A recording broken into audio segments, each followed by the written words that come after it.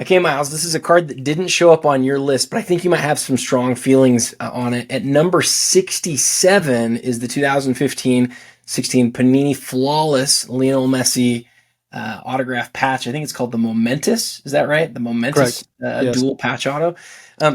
What are your thoughts on where this finished? Again, number 67, whether it ought to have been higher, and what makes the card as great as it is? It's hard to say that it should be higher, but recognition on the list is incredibly important as people like start to discover what the nuances of soccer card collecting are. Because in my opinion, the Messi market as a whole is structured exactly like the Jordan market, where the rookie is, I don't want to say boring, but that's the word I'm going to use, because once you become an advanced collector and you acquire that card, what more depth is there to the rookie card chase outside of that mega cracks, right? There's like maybe some other stickers and ancillary things, but nothing that really like captures your attention like that. So once the rookie card's taken out of the picture, then people start looking at everything else. And we've all gone over all of the prism golds, all the chrome golds, all of these like black 101 things. So the other interesting category to look at is the patch autographs. And Flawless was the first major step that Panini took to try to establish soccer cards as a whole in a high-end product. They spent the time, they purchased the jerseys, they had the cards signed. And at the time too, there are probably triple the number of Ronaldo cards as Messi cards in the set because he was a more desirable player.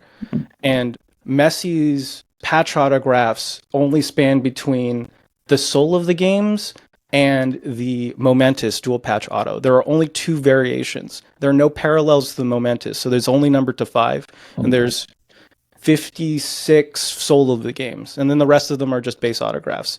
And then when you look at it, when you take a step back and look at everything as a whole, there are no other patch jersey autographs that are hard signed, that are game used, that fall within that category of that like traditional exquisite collector.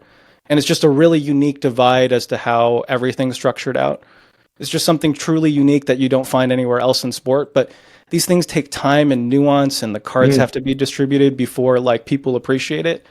But it'll get there. Even being on this list is just incredible to start with. Yeah. I love your perspective on this. I love hearing you talk about it. I love your point about, hey, there's like inserts, there's rookies, and then there's inserts and parallels and all this stuff, but like we should also look at the autographs.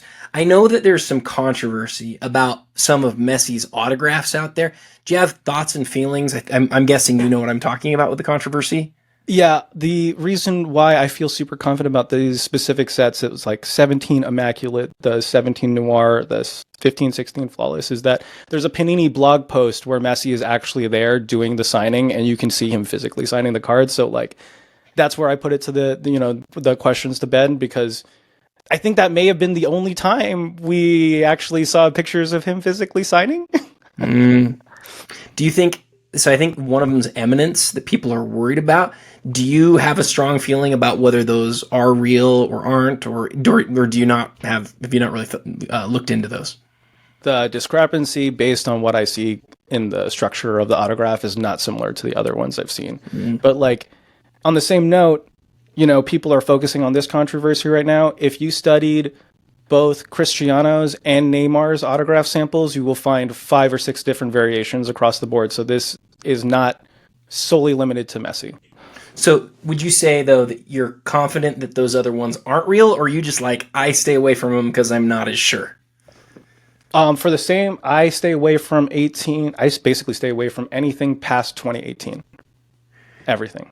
Mostly. Even though Sorry. Go ahead. even though I have seen many samples that align correctly, I still would not take the personal risk. The thing that I would bet on the most is if you trust the company to guarantee what they're promising the customers on the back of the card.